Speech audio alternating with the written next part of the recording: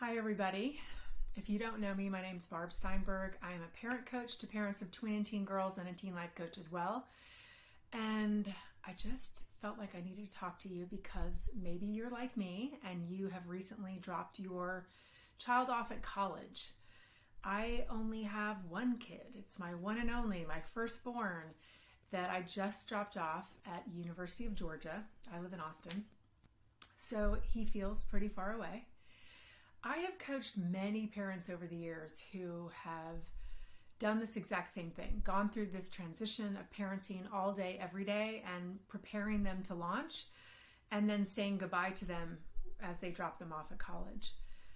I intellectually knew that, of course, that's a big life change. Of course, it brings emotions. I obviously was extremely compassionate towards them, and now I'm in their shoes. And whoa, it is a lot bigger and monumental than I even knew it could be or would be. I have said recently when people ask me what it's like, I feel like it is similar to the gravity of when I brought him home from the birthing center. The gravity of him arriving into my life was massive, right? I know you can relate. The gravity of saying goodbye to him and setting him out into the world and feeling like my job as a parent, as a mother, is done. It's finished in the way that I have parented for the last 18 years, every single day, all day. That's huge. So there's a finality to it that I wasn't anticipating or expecting. Meaning that when my son, my teenager, and yours comes back to our home for holidays or whatever, it will be in a very different way. Our relationship will be very different. They will have already lived on their own as an independent adult, doing things how they want to do them, when they want to do them, with all that freedom and independence that they're meant to have and should have. So again, the way that we parented, the way that I've been a mother, there's no space for that in the way that I've done it before, because when my teen comes home, he's now in many ways an adult because he's lived on his own. So the expectations are going to need to be different. So the sense of loss and grief are really real. The tears that have been shed on my end, my spouse's,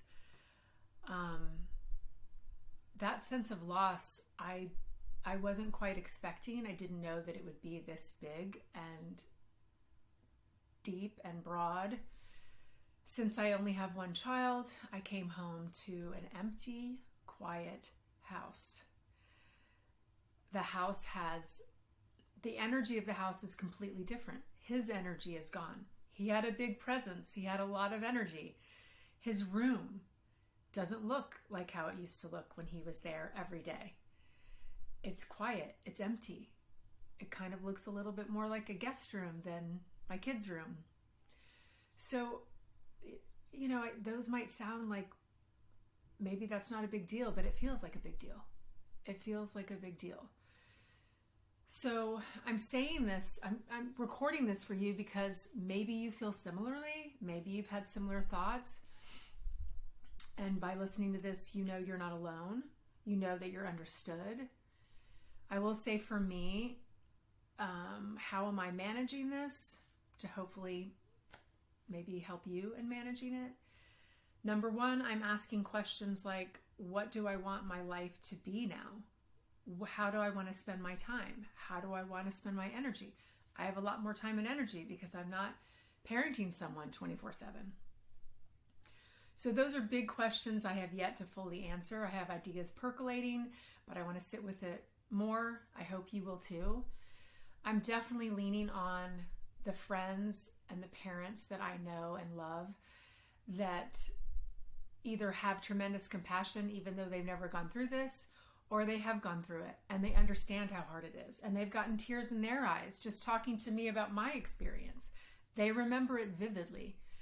So lean on the people that you know have the capacity for your big feelings whether they, be loss or grief or sadness or confusion, whatever it is.